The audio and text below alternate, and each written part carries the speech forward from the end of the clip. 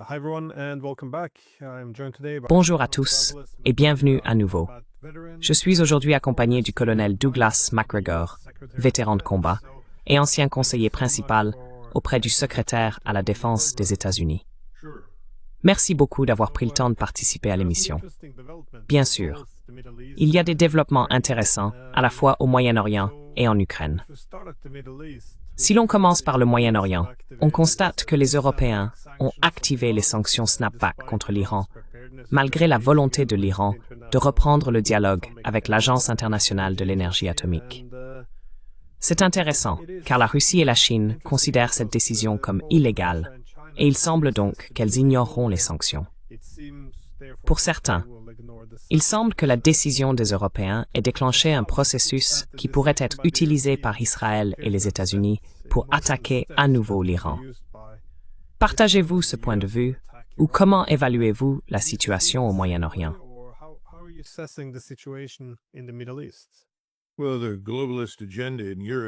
Eh bien, l'agenda mondialiste en Europe est lié à la fois à la guerre en Ukraine contre la Russie et à la guerre au Moyen-Orient contre l'Iran. Et franchement, par implication, presque tout le reste de la région, ainsi que la Russie, et plus lointainement la Chine. Donc, il semble que nous soyons en train de nous préparer à une sorte de confrontation. Et au Moyen-Orient, je pense que cela va se produire.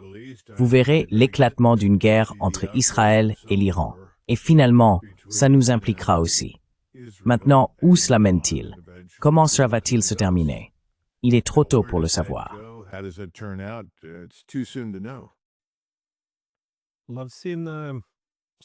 J'ai vu des rapports datant d'il y a 3 ou 4 semaines, indiquant que les États-Unis se sont retirés de 2 de leurs bases les plus vulnérables en Irak, du moins celles vulnérables à l'Iran. Selon vous, quelle est la probabilité que nous nous dirigions vers une nouvelle guerre avec l'Iran?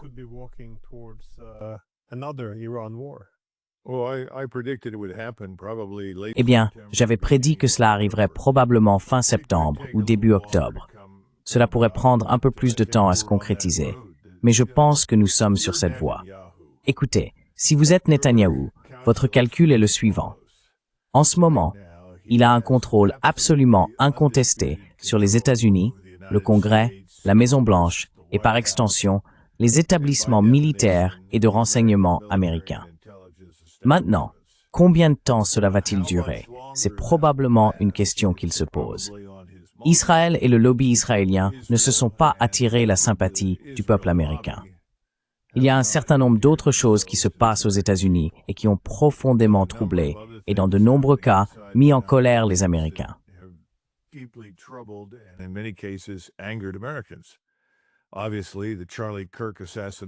Évidemment, l'assassinat de Charlie Kirk en fait partie, car il y a de très nombreuses personnes qui pensent qu'Israël a joué un rôle important dans son organisation. Je n'en sais rien. Je n'en ai absolument aucune idée, et je ne cherche pas à m'y intéresser, car j'ai déjà beaucoup d'autres choses à faire.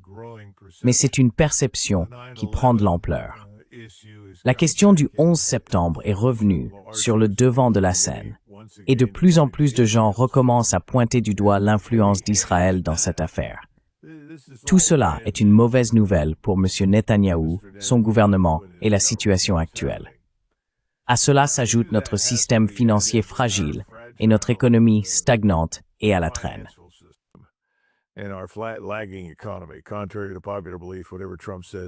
Contrairement à ce que l'on croit, peu importe ce que dit Trump, non, nous ne connaissons pas une croissance fulgurante et l'économie n'est pas en plein essor et notre situation financière est très, très fragile. Donc si vous êtes M. Netanyahou, autant profiter de l'opportunité que vous avez en ce moment, c'est-à-dire utiliser les États-Unis comme source de votre puissance militaire et vous en prendre à votre principal adversaire qui, dans leur esprit, est l'Iran.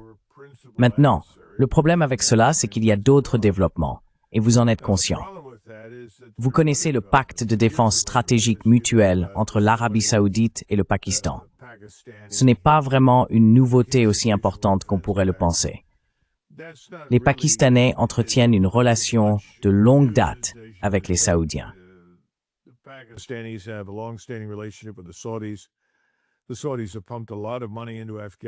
Les Saoudiens ont investi beaucoup d'argent au Pakistan dans le seul but de construire de nombreuses madrasas, qui sont des écoles islamistes radicales.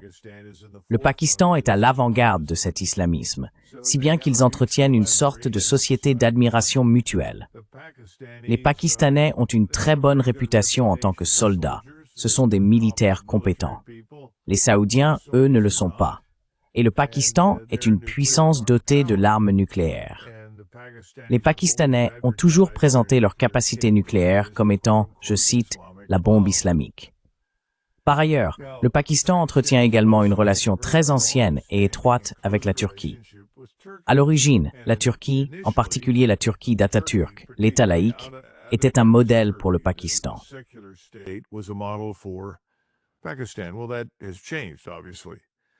Eh bien, cela a évidemment changé. Aujourd'hui, la Turquie est bien plus islamiste, et ses relations se sont resserrées. Erdogan sait très bien que s'il a besoin d'une arme nucléaire, les Pakistanais la lui fourniront. Donc, il y a maintenant trois choses qui se passent. Les Turcs et les Saoudiens collaborent avec les Pakistanais. Cela pourrait devenir nucléaire très rapidement, car ce sont des puissances dotées d'ogives nucléaires sur des missiles. Ensuite, il y a l'Iran, qui n'est pas resté inactif depuis la guerre de 12 jours. Beaucoup des faiblesses détectées pendant cette période de 12 jours ont été identifiées et corrigées. Pas à la perfection, mais certainement à 80%, ce qui signifie que leurs défenses aériennes intégrées sont désormais bien meilleures.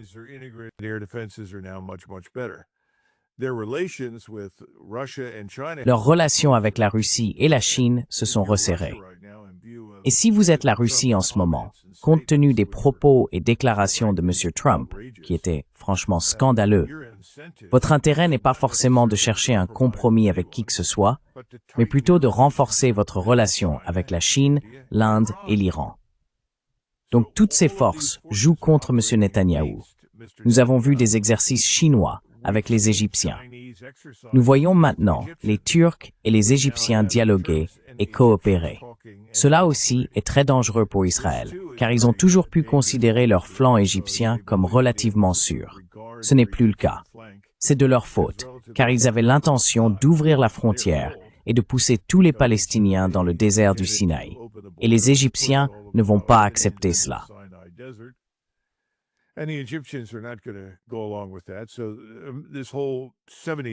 Donc, tout ce traité de paix de 1973 a effectivement commencé à s'effondrer. Mais le fait que les Chinois coopèrent étroitement avec les Égyptiens laisse penser qu'il ne faudra pas longtemps avant que des missiles balistiques de théâtre et des missiles de croisière de pointe apparaissent en Égypte, qui pourraient être lancés contre Israël. Israël se sent donc encerclé. Que faire dans ce cas? On attaque. Et qui attaque-t-on? On attaque l'adversaire le plus grand et le plus dangereux. Et pour eux, c'est l'Iran. Je pense donc qu'une guerre avec l'Iran est inévitable. La question est de savoir qui d'autre va s'impliquer maintenant, compte tenu de toutes les relations que je viens de décrire. Nous n'avons même pas abordé les implications financières et économiques, car les Chinois, comme vous le savez, font des affaires florissantes avec les Saoudiens et les Émiratis pour le pétrole et le gaz, ainsi qu'avec l'Iran.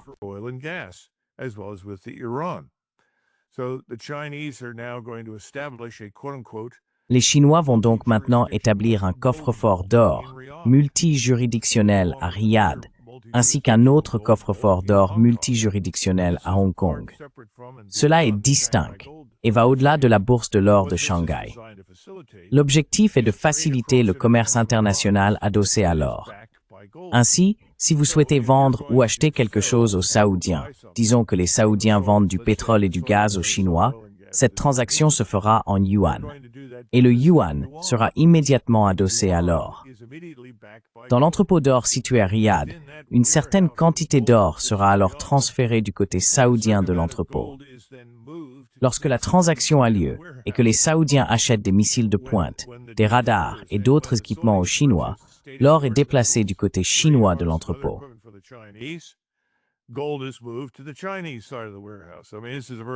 Je veux dire, c'est une explication très simpliste.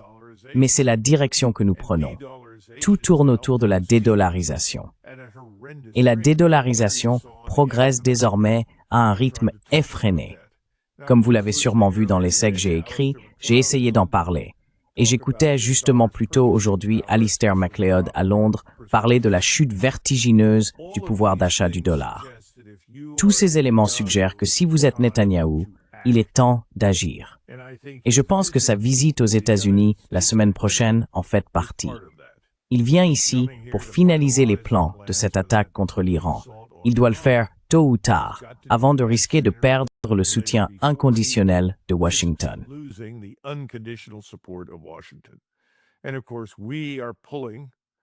Et bien sûr, nous entraînons les banquiers de New York et de la City de Londres, ainsi que les Européens, dans le combat aux côtés d'Israël avec nous. Maintenant, qu'est-ce que cela signifie? Probablement pas grand-chose, mais cela suggère que ce que vous avez mentionné au début à propos des Européens est exact. Maintenant, la dernière pièce de tout cela est comment cela se rapporte-t-il à l'Ukraine? Et il est intéressant de constater que les mêmes personnes à Washington qui veulent mener cette guerre au Moyen-Orient sont celles qui veulent poursuivre la guerre contre la Russie en Ukraine. Et il semble que Donald Trump, en l'espace de quoi 6, 7, 8 mois, se soit transformé en Joe Biden numéro 2. Et tout ce pourquoi il a été élu s'est avéré sans importance par rapport à ce qu'il fait en tant que président.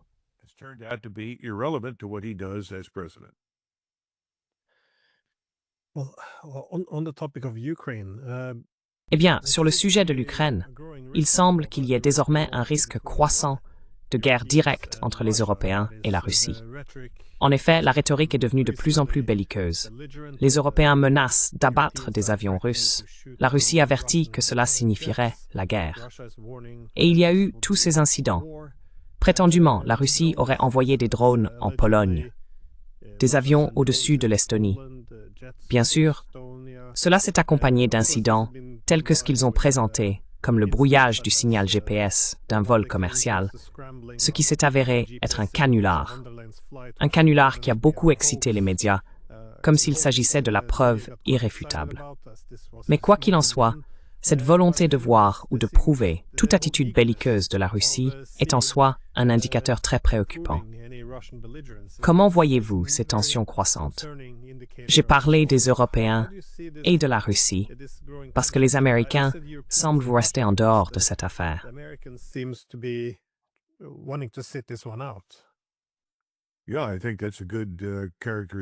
Oui, je pense que c'est une bonne description de ce qu'a dit Donald Trump. D'abord, assurons-nous qu'à l'avenir, s'il compte brouiller les signaux GPS pour l'avion dans lequel se trouve von der Leyen, qu'il ne l'amène pas aux États-Unis. C'est ma seule demande. Nous pouvons nous passer de von der Leyen. Deuxième point. J'ai passé en revue aujourd'hui, avec des membres du comité du renseignement, toutes ces accusations ou allégations, comme vous les appelez. Il n'y a eu aucune provocation russe, absolument aucune. Les Russes n'ont violé l'espace aérien de personne avec leurs avions de chasse. Ils ont été scrupuleusement prudents, disons-le ainsi, concernant la zone d'identification de défense aérienne et ses frontières.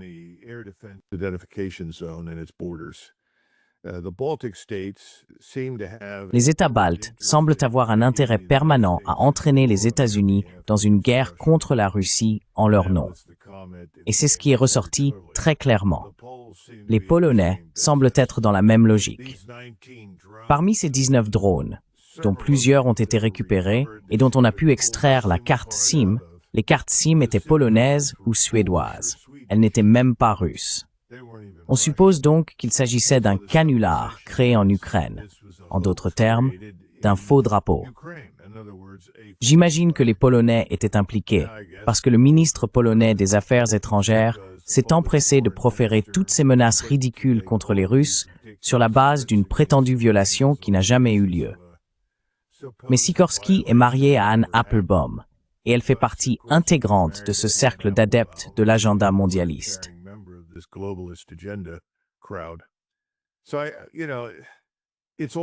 Donc, vous savez, tout cela n'a aucun sens. Les Russes ont fait de grands efforts pour éviter tout conflit avec l'OTAN et les États-Unis. Maintenant, de notre côté, nous n'avons pas été aussi scrupuleux. Mais l'essentiel, c'est que M. Poutine ne cherche pas la guerre avec nous. Maintenant, la rhétorique, et je pense qu'il est important que vous en parliez. La rhétorique a-t-elle de l'importance? Eh bien oui, elle en a. Il y a maintenant à Moscou un nouvel appel à la mobilisation des jeunes de 18 à 25 ans. Nous parlons donc d'un établissement militaire russe déjà extraordinairement vaste, puissant, bien équipé, bien dirigé et bien entraîné, qui reçoit maintenant du sang neuf, si l'on peut dire, ce qui le rend potentiellement, à terme, encore plus dangereux.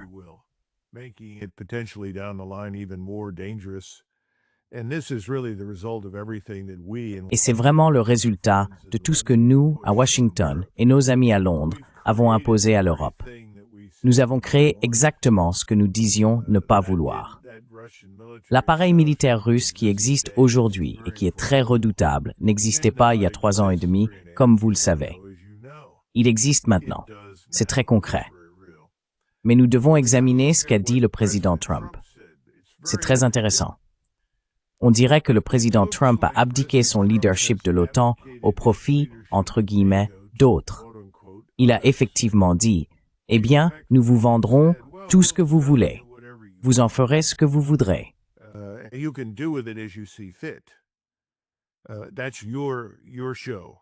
C'est votre affaire, et nous allons, en quelque sorte, rester en retrait. Eh bien, cela pose quelques problèmes. Tout d'abord, je ne sais pas combien d'argent les Européens ont à dépenser. Ils ne pourront peut-être pas se permettre ce que nous leur envoyons. Deuxièmement, nos stocks de missiles, de radars et d'autres équipements sont bas. Nos chaînes de production ne sont pas comme celles de la Russie. Elles ne tournent pas 24 heures sur 24, 7 jours sur 7, dans une immense base industrielle dédiée à la puissance militaire. Donc je ne suis pas sûr de ce que cela signifie à court terme. Cela ne veut peut-être pas dire grand-chose, mais les mondialistes doivent absolument faire en sorte que cela continue.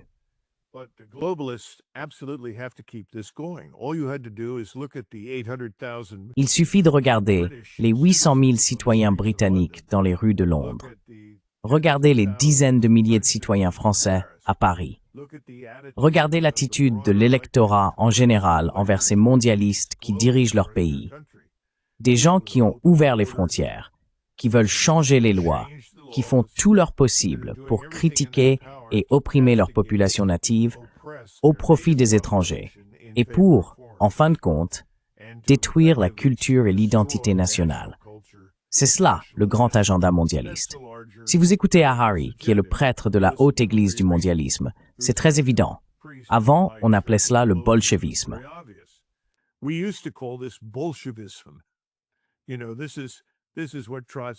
Vous savez, c'est ce dont Trotsky, Kamenev, Radek et les autres rêvaient tous. Effacer toutes ces identités. Déclarer que tout n'est que construction artificielle, alors que ce n'est pas le cas. Il n'y a rien d'artificiel dans la langue, la race, l'ethnie, la religion ou la culture. Ce sont des choses réelles. Ce sont ces choses qui nous définissent en tant qu'êtres humains. Ainsi, la population européenne, que ce soit en Irlande, en Angleterre ou ailleurs, dit « Attendez une minute. Nous n'avons pas accepté cela. Ce n'est pas ce que nous voulons. » Et la Russie, comme nous l'avons déjà évoqué, est le dernier bastion d'un État-nation qui refuse de s'assimiler à la masse informe de néant que les mondialistes veulent créer.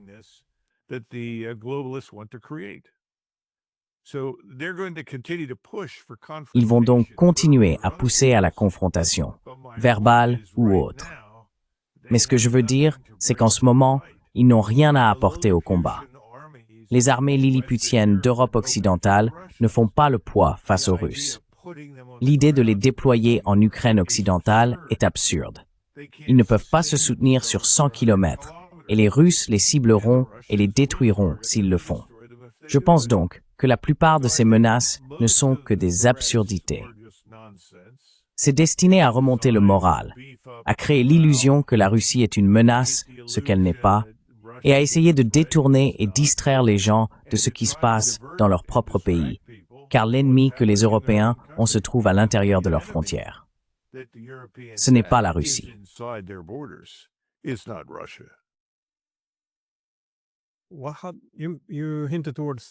Vous avez fait allusion au tweet ou au message sur Truth Social de Donald Trump, dans lequel il affirme qu'il comprend enfin la guerre en Ukraine.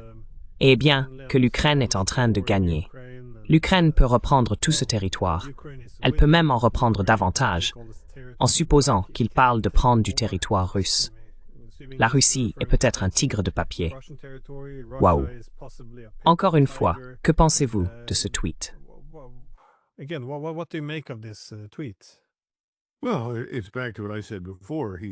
bien, ça revient à ce que j'ai dit auparavant. Il ne va pas mener la bataille avec les Européens pour savoir si c'est vrai ou non. De toute évidence, tout cela est faux. La guerre est effectivement gagnée sur le terrain en Ukraine. Il n'y a aucun doute là-dessus. Ce sont les Russes qui font preuve de retenue. Ils ne veulent pas vraiment traverser cette rivière. Mais je pense qu'ils prendront Odessa dans un avenir proche. Et une fois que ce sera fait, la question sera, vont-ils remonter jusqu'au bord de la rivière, puis prévoir de traverser vers Kiev? Je veux dire, Donald Trump dit en substance, je m'en fiche, ce n'est pas mon problème. Voilà le problème. J'entends toutes ces absurdités sur le fait qu'il serait le chef de l'OTAN, la plus grande alliance du monde.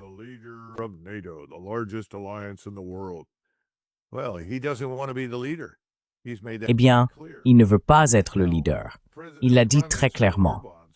Maintenant, le Premier ministre Orbán s'est exprimé il y a quelques jours. Il a prononcé un discours très intéressant à Budapest et il a dit que les Européens devaient se préparer à aller à Moscou. C'est là qu'il faut aller si l'on veut mettre fin à cette guerre. Il faut réajuster sa façon de penser. Donc il faudra aller à Moscou. Et il a dit, n'allez pas à Washington, cela ne servira à rien. Rien ne changera là-bas. Ils ne vont pas vous aider. Il a raison. Et je pense qu'en privé, le président Trump aimerait avec le temps, plutôt tôt que tard, retirer de plus en plus de forces d'Europe pour les ramener aux États-Unis. Je sais qu'il le souhaite. Il aimerait faire de même en Asie du Nord-Est.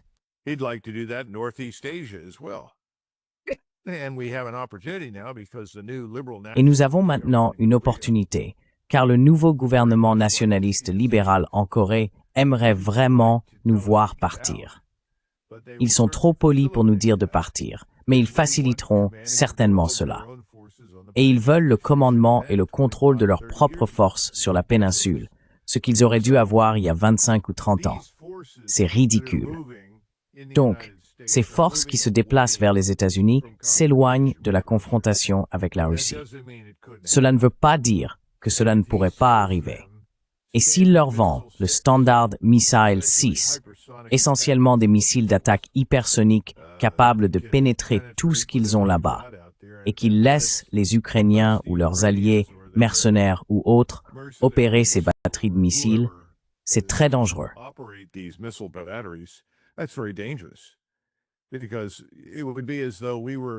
Parce que ce serait comme si nous permettions par exemple aux Chinois d'installer des batteries de missiles au Mexique et de lancer des attaques contre Phoenix en Arizona ou Dallas au Texas. Non. Vous savez, c'est scandaleux. Nous riposterions. Eh bien, les Russes riposteront si cette absurdité continue. S'ils essayent d'attaquer Ryazan ou Kazan ou un certain nombre d'autres villes en Russie. Donc le danger n'est pas écarté, mais en réalité, les forces évoluent dans une direction qui est en fait avantageuse pour mettre fin à la guerre, et ils laissent les Européens le découvrir à leurs dépens. Donc, peut-être qu'une coalition de volontaires finira par émerger en Europe et elle devra inclure l'Allemagne pour être viable, et elle ira à Moscou pour mettre fin à la guerre. Mais pour l'instant, est-ce que la situation semble bonne?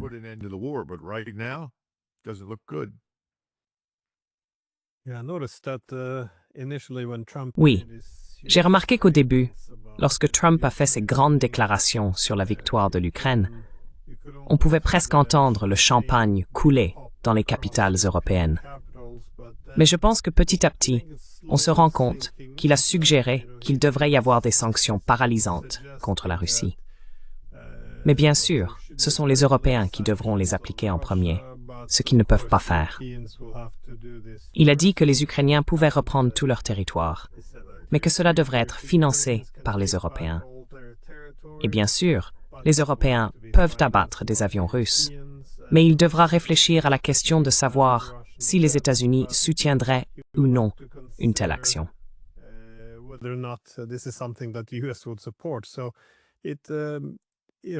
Donc, vous savez, je l'ai dit hier dans l'émission du juge Napolitano, je pense que les Européens vont bientôt se rendre compte que ce n'était pas le grand soutien qu'ils pensaient au départ.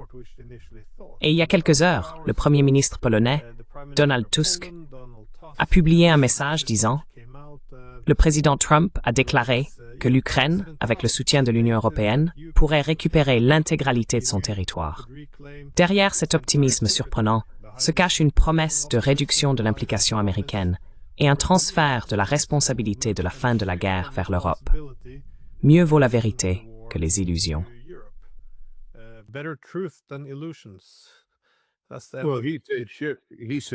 Eh bien, il a dit changement. Je dis simplement que Trump a abdiqué ses responsabilités en tant que leader de l'OTAN au profit des membres de l'Alliance. Quel genre d'alliance est-ce alors? Ce n'est pas vraiment une alliance. Mais de toute façon, l'OTAN ne va pas survivre à cela, pas plus que l'UBE. C'est ce qu'Orbán dit en réalité aux autres Européens. Il est temps d'envisager un avenir différent. Il est temps de dépasser l'ancienne solution de la guerre froide et d'entrer dans un nouveau monde.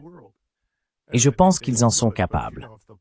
Mais, vous savez, si les Polonais vont stopper tout transport de marchandises d'Asie du Nord-Est par rail via le projet Une ceinture, une route, cela ne va pas arranger les choses. Tout ce que les Européens vont finir par faire, c'est s'isoler de plus en plus de tout. Aux États-Unis, vous savez, nous ne pouvons pas dévaluer notre monnaie assez vite. Combien de temps ça peut-il encore durer? Nul ne le sait.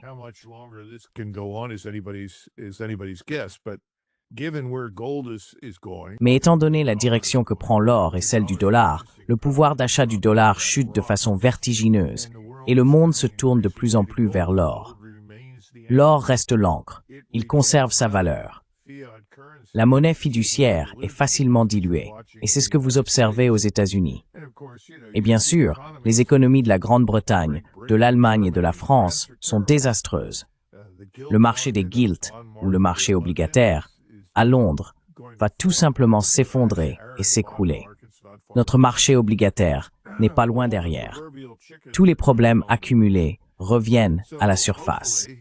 Donc, espérons que si vous étiez le président Poutine, vous comprenez ce qui se passe. Vous prenez les mesures nécessaires, des mesures prudentes pour vous protéger. Mais je pense qu'il comprend que l'adversaire s'effondre de l'intérieur. Il se désintègre de lui-même.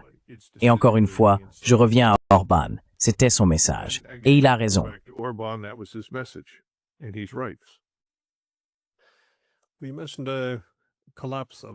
Vous avez mentionné l'effondrement de l'OTAN et de l'Union européenne. Pensez-vous que cela sera un facteur très déclencheur, que Trump maintenant, en quelque sorte, remet toute la responsabilité aux Européens? Parce que je sais que vous et moi en avons déjà parlé, que Trump se préparait à refiler tout ce chaos à l'Europe pour qu'elle en assume la responsabilité. Mais en général, on ne délègue pas la responsabilité si l'on pense être en position de force. Pensez-vous donc que cela sera le déclencheur qui amorcera, je suppose, la dissolution progressive de l'OTAN?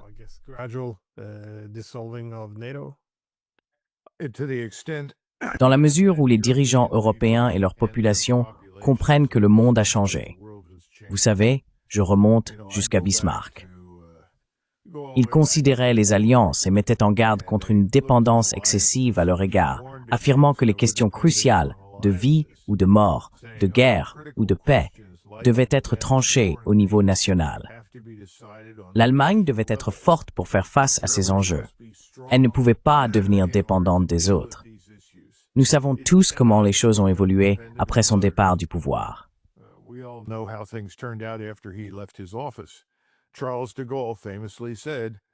Charles de Gaulle a dit célèbrement que les Européens doivent comprendre que les Américains vivent aux États-Unis, ils ne vivent pas en Europe, et que les Britanniques vivent sur une île. L'Europe continentale, vous devez prendre soin de vous-même.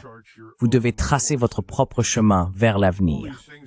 Toutes ces choses se produisent, et c'est l'argument d'Orbán. Orbán et d'autres comme lui, Fico et d'autres, vont gagner ce débat. Ils vont finir par l'emporter. Le problème pour tous ces États, cependant, reste financier et économique. Et je ne sais pas comment cela va se passer en Grande-Bretagne, en France ou en Allemagne. Je soupçonne qu'ils suivent une route similaire à la nôtre, ce qui est très inquiétant.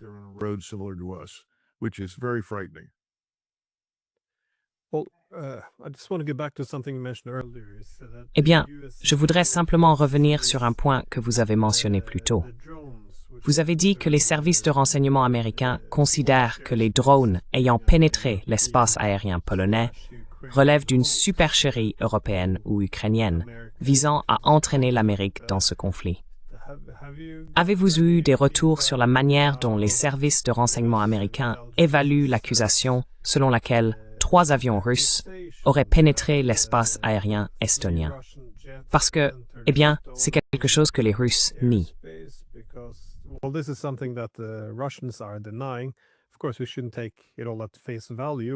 Bien sûr, il ne faut pas tout prendre pour argent comptant, mais cela semble très étrange, car quelques jours plus tôt, enfin pas quelques jours, mais à la fin du mois d'août, nous avons vu un rapport de Reuters indiquant que les Américains avaient dit aux Européens qu'ils allaient réduire leur présence militaire dans les pays baltes, ce qui serait bien accueilli par les Russes. Et apparemment, la seule chose qui empêcherait cela serait que les Russes intensifient leurs agressions. Et soudainement, des avions apparaissent dans l'espace aérien estonien. Je ne dis pas que c'est nécessairement une supercherie estonienne, mais cela ne semble vraiment pas être dans l'intérêt de la Russie que cela se produise en ce moment.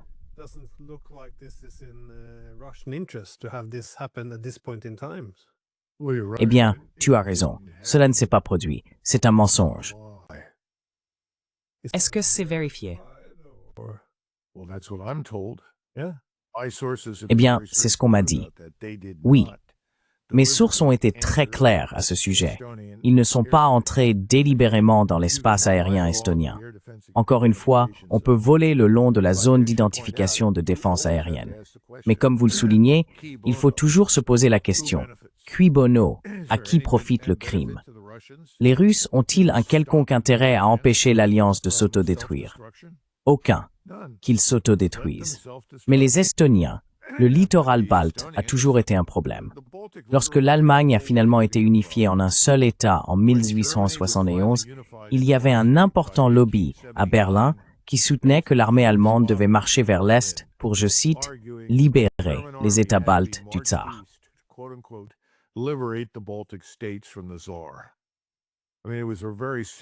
Je veux dire, c'était un moment très sérieux.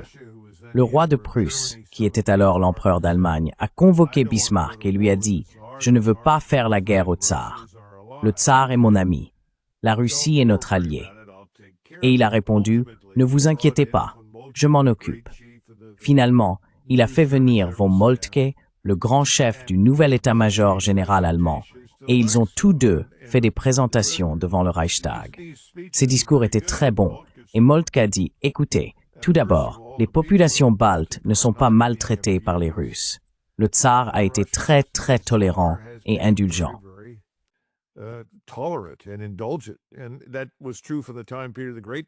Et cela a été vrai depuis l'époque où Pierre le Grand a pris le pouvoir, car il voulait taxer le commerce. Et les États baltes étaient très prospères. Il a laissé en place l'aristocratie allemande qui dirigeait les États baltes. Ils sont devenus membres de la table des rangs tsaristes. Ce que j'essaie de vous dire, c'est qu'ils savaient ce qui était réel et ce qui ne l'était pas. Et ils disaient, nous pouvons aider à améliorer les conditions, et les choses peuvent s'améliorer dans certains domaines. Mais cela se fait grâce à notre amitié avec la Russie, discrètement, en coulisses. Ainsi, une guerre en 1869 entre l'Allemagne et la Russie a été évitée. Et le vieux Kaiser est allé rencontrer le tsar Alexandre II à la frontière. Ils se sont embrassés et cela a mis fin à l'affaire.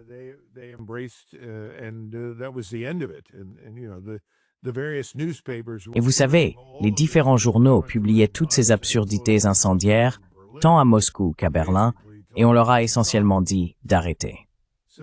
Donc, vous voyez, à l'approche de 1914, la démocratisation a pris le dessus, et il devient plus difficile de mettre fin à ces choses-là. Les monarques n'ont plus le pouvoir qu'ils avaient 50 ans plus tôt. Mais ce que je veux dire, c'est qu'il faut parler à ces gens des pays baltes. Ce sont des gens bien. J'ai beaucoup d'estime pour eux. Je les ai vus et j'ai travaillé avec eux. Et leur dire, écoutez, il est temps d'arrêter les bêtises. Vous devez vous entendre avec vos voisins. Cela ne veut pas dire que vous devez vous coucher et faire le mort. Personne ne vous le demande. Mais ne provoquez pas inutilement les Russes. But don't unnecessarily provoke the Russians. And the other point was militarily. Et l'autre point, c'est que, militairement, il est très difficile de prendre et de tenir le littoral baltique, car la Russie est juste à côté, avec une vaste frontière. Vous, en revanche, devez traverser ce qui était autrefois la Prusse occidentale et orientale, remonter par la Lituanie, afin de tenir la région. Ce n'est pas facile. Militairement, c'est une proposition très difficile. Personne ne veut le dire, mais c'est la vérité. Il faut s'entendre avec son voisin. Nous devons dire la même chose aux Polonais. Lorsque la Pologne a été admise dans l'OTAN, beaucoup de gens au quartier général du SHAPE, où je travaillais, appréciaient beaucoup les Polonais. Mais nous étions inquiets à cause de cette hostilité incessante envers la Russie. Alors, invitons-nous quelqu'un dans l'Alliance qui pourrait devenir un catalyseur d'une guerre avec la Russie. Who could become a catalyst for war with Russia? And at the time, in 1998, 99, À l'époque, en 1998, 1999 et 2000, personne ne voulait entrer en guerre contre la Russie. Personne ne considérait la Russie comme un danger. Tout le monde voulait de meilleures relations avec la Russie à ce moment-là. Donc je pense simplement qu'il faut prendre tout ce qui est rapporté avec des pincettes. Maintenant, il paraît que 3 drones ont survolé l'aéroport de Copenhague ou ses environs. Là encore, nous n'avons aucune preuve que ces 3 drones, quels qu'ils soient, venaient de Russie. Aucune. Nous ne savons pas d'où ils venaient. Nous ne savons pas qui en est responsable. Je suis très sceptique face à toutes ces tentatives de présenter cela comme des provocations russes, précisément pour la raison que vous évoquez. Il est très évident que nous, Américains, n'allons pas envoyer de troupes au sol en Ukraine. Nous n'allons pas axer cette mythe en tant que belligérant direct.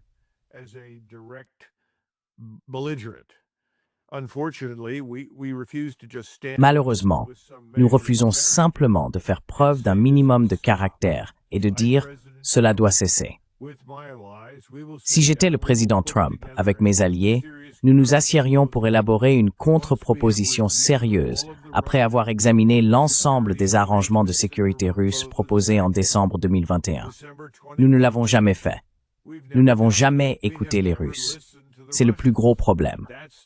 C'était le message du président Poutine à l'ambassadeur McFaul lorsqu'il est arrivé. Après avoir écouté la rhétorique habituelle de McFaul, il s'est approché et a dit « Le problème avec vous, c'est que vous n'écoutez pas. » Nous n'écoutons toujours pas. Donc, au lieu d'écouter, nous entretenons la fiction que quelque chose de positif s'est produit, alors que combien d'argent avons-nous gaspillé dans cette perspective, dans cette absurdité en Ukraine?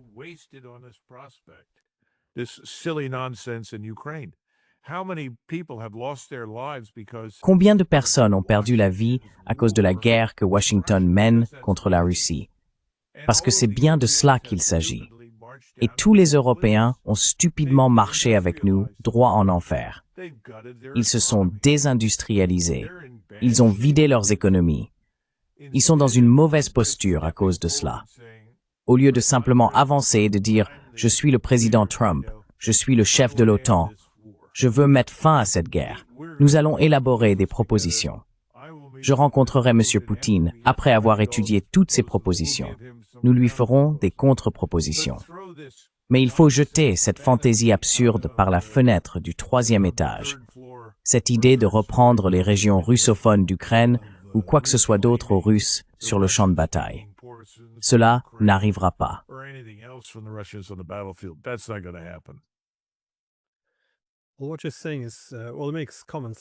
Eh bien, ce que vous dites relève du bon sens. Ce qui m'inquiète, c'est que le bon sens n'a pas vraiment prévalu ces dernières années. Je veux dire, nous sommes dans une situation avec l'OTAN où nous n'avons plus d'argent, nous n'avons plus d'armes, nous manquons de soldats ukrainiens, Et maintenant, nous voyons que les Américains annoncent effectivement, même si c'est de manière discrète, qu'ils se retirent, que cela devra être la responsabilité de l'Europe et le problème de l'Europe. Et chaque jour, la situation empire. Nous assisterons à de nouvelles pertes territoriales. Le mieux que nous semblons espérer, c'est de faire en sorte que l'Ukraine perde plus lentement. Mais cela signifie bien sûr perdre encore plus d'hommes, ce qui risque de faire disparaître toute la nation, car elle ne pourra pas se relever.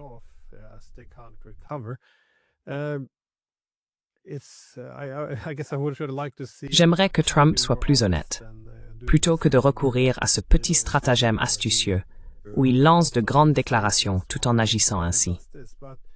Mais ce qui m'inquiète, c'est que si c'était vraiment du bon sens, les Européens feraient comme au XIXe siècle.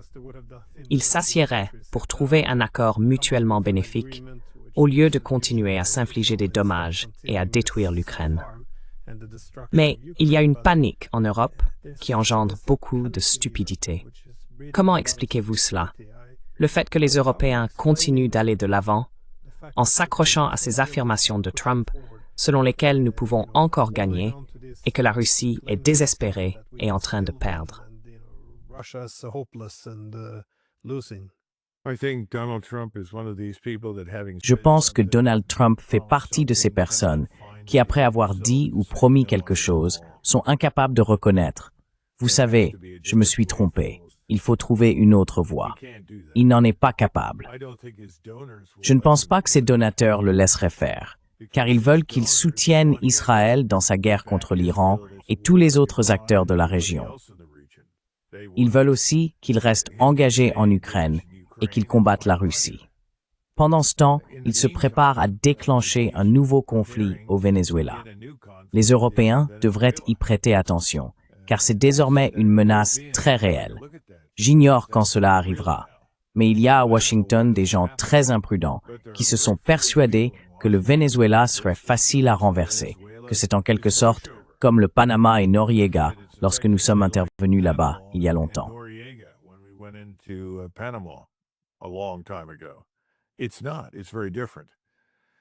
Ce n'est pas le cas, c'est très différent. Mais vous savez, c'est malheureusement une tactique américaine.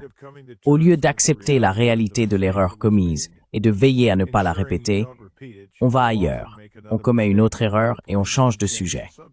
Dès le début, des Européens m'ont demandé « Si tu as raison et que les Russes gagnent, c'était il y a 3 ans, gagnent cette guerre et que l'alliance de l'OTAN s'effondre effectivement. Ce que j'ai prédit en janvier 2022.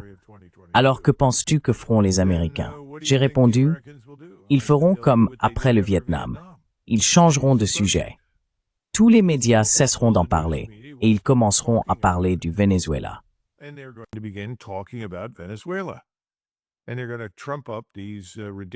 Et ils vont inventer ces accusations ridicules selon lesquelles le Venezuela serait un acteur majeur du trafic de drogue. Ce qui n'est pas le cas. Et expliquer pourquoi il faut y aller, parce que c'est soi-disant stratégiquement important. Et ils commenceront à parler de pétrole, de gaz et de tout le reste. Mais, vous savez, on pourrait penser qu'on aurait compris depuis longtemps qu'on peut extraire du pétrole et du gaz du sol sans y garer un char d'assaut. C'était la leçon du Moyen-Orient. Et vous avez commencé en parlant du retrait des forces d'Irak. Eh bien, aujourd'hui, l'Irak est de facto un allié de l'Iran. Et quand nous sommes entrés en Irak en 2003, l'un des points soulevés était « Quoi que vous fassiez, n'occupez pas le pays ».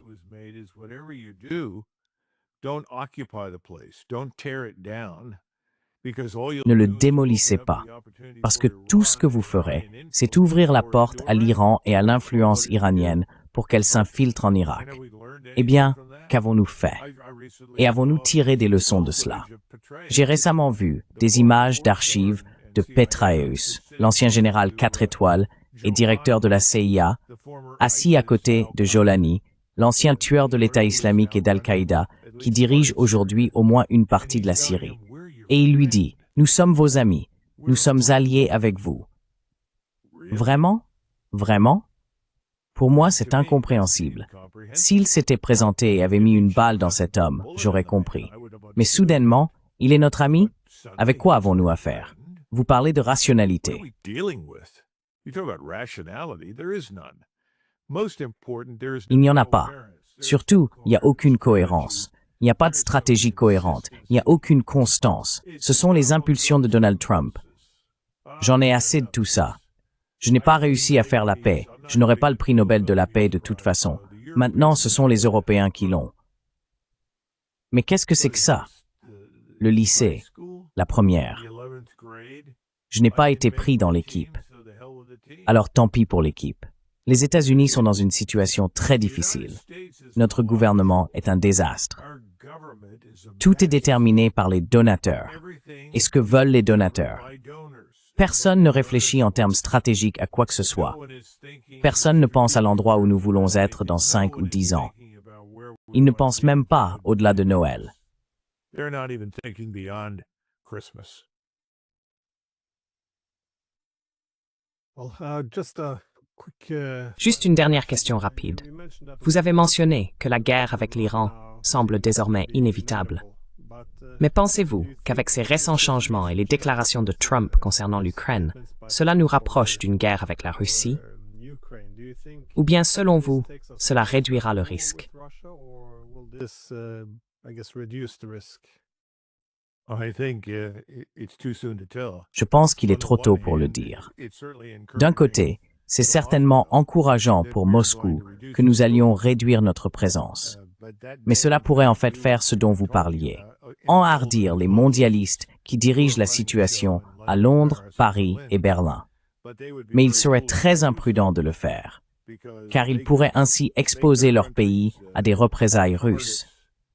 Si les Allemands fournissent des missiles Taurus, les mettent entre les mains de Zelensky et de son syndicat du crime organisé, et qu'ils les lancent sur la Russie pour attaquer une ville comme Ryazan ou Belgorod ou autre, que va-t-il se passer? Les Russes vont réagir, comme ils l'ont déjà averti, Berlin, en détruisant des installations en Allemagne et autour, à Berlin. By destroying facilities in and around Germany, in Berlin. So, Donc, en fin de compte, ce n'est pas encore terminé. it's not over yet. Mais si vous êtes en Russie, la situation semble un peu meilleure qu'avant, à certains égards. Vous voulez simplement traverser cette prochaine phase avec ces mondialistes insensés, et vous espérez que la crise financière, ainsi que les crises internes, les crises sociales, politiques et économiques dans leur pays, détourneront leur attention, les distraire, ou en fin de compte, les écarteront du pouvoir.